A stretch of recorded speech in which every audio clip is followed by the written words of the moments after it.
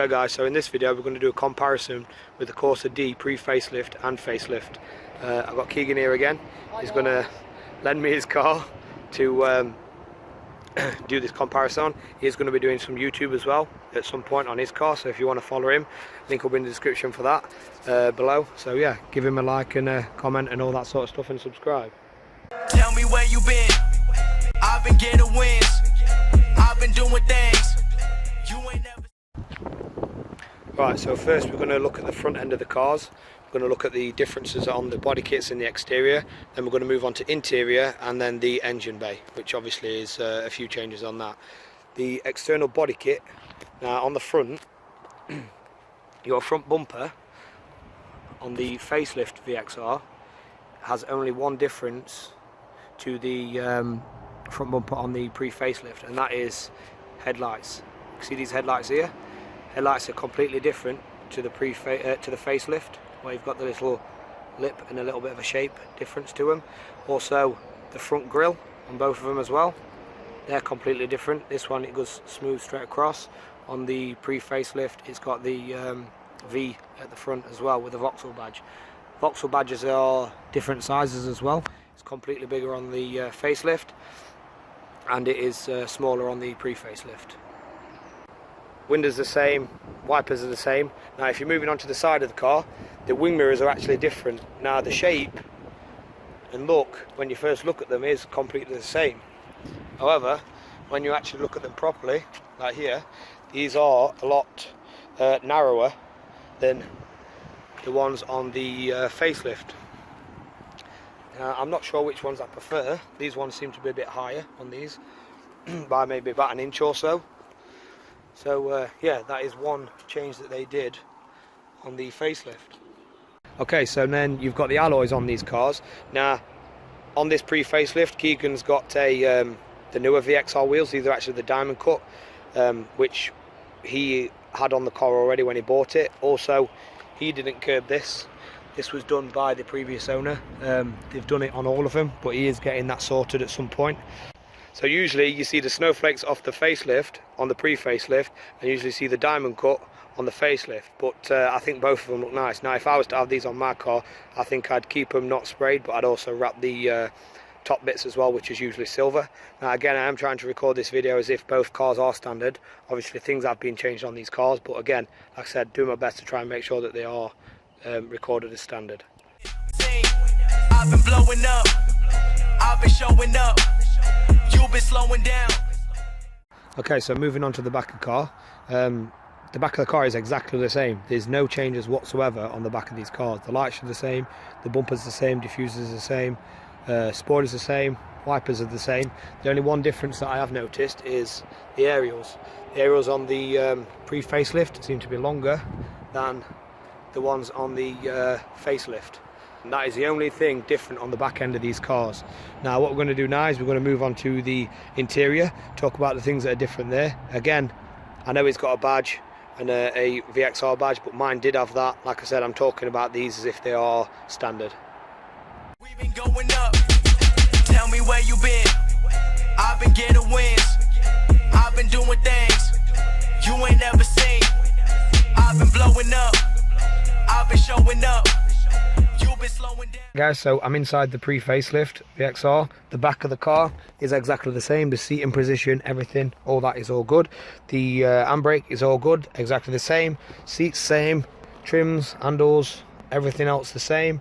There's just a couple of differences inside on these cars. Now, one of those is this. Your dash is a completely different material, as you can see. It's like dotted. Feels very strange. I'm not sure what material that is. This is completely different. There's a bigger unit in the facelift version, which shows your mile per gallon and such, and I believe your mile per gallon is shown on your bit just here. Right, so I'm just going to quickly show you here the fact that it shows you your mile per gallon on here instead of on your onboard computer, which it does in the facelift. Now the facelift doesn't have this button here. This is for cycling through your information on your dash, as you can see. The VXR facelift automatically puts that on here, and you can scroll through that using this button instead. So that is just one of the interior differences on the Speedo as well between the two. Right, so this is the Facelift VXR. Now as you can see here, I don't have the button to change things. It just shows you your miles on it. I mean, you can get your hidden functions, which I do have another video on. If you want to see that, check the link in the description. Most of everything is on here. Now as you can see, phone, miles per gallon, all that sort of stuff, you can change all that as well. But yeah, that's one of the main interior changes on these cars, is just the way that it displays the information to you. And the other differences is your lights just down here. Now on the Facelift, there is it seems to be more simpler. It's not just like a big dial with all little buttons around it, but again, I'll show you that in a second. Now another one of these changes on this is the steering wheel. The material used around it is like a gloss leather, it's like a slippy leather, whereas on the Facelift it is a matte leather. Controls down this side are much more simpler, as you can see here. This is for your brightness on your speedo, this is for dipping your lights and bringing them up, and this is obviously your normal fog lights and such on this side. And the leather on the material on the steering wheel is like a matte leather.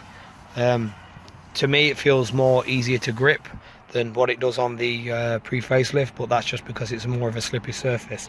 So that could be why they changed that, because people complaining that obviously it slips out their hands or something. We've been going up. Hey, tell me where you been doing all the things I've been talking about. Right, okay, so now we're going to look at the engine bays. Obviously things have been changed in these engine bays, but we are going to talk about it as if it's standard, like I did on the previous video. So the engines in both of these are actually exactly the same looking visually. Now the engines themselves, the one in the pre-facelift is a Z16, and the one in the facelift is a A16. Now the reason that they change these around is to do with emissions. So on the older cars, these passed perfectly fine with the laws that was in at that time. Now the facelift version, when the newer laws came in, they had to make it so it passed the emissions test, and doing that was one of the ways. Now the cats as well on the cars, obviously the cats have been taken off of this, have been switched round. On the facelift it was switched completely the opposite way around, so I believe it's actually this one that's got the cat off the turbo that is the main cat, and then your secondary cat is obviously the pipe in the middle.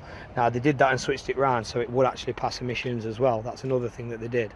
Now the ECUs on these cars, apparently they're better on the pre-facelift. Apparently it's more responsive, more throttle response as well on those.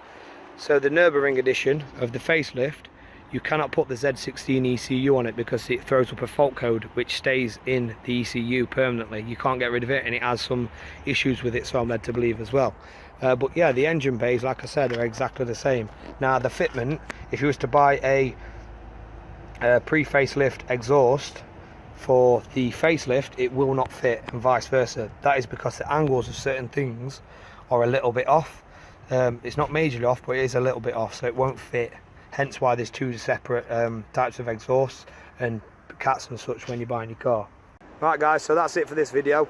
Thank you to Keegan for giving me a hand with this, letting me film his car. Any questions, comment in the description. If there's anything I've missed as well, comment down there. Like, subscribe and all that sort of stuff, and I'll see you guys in the next one. Bye for now.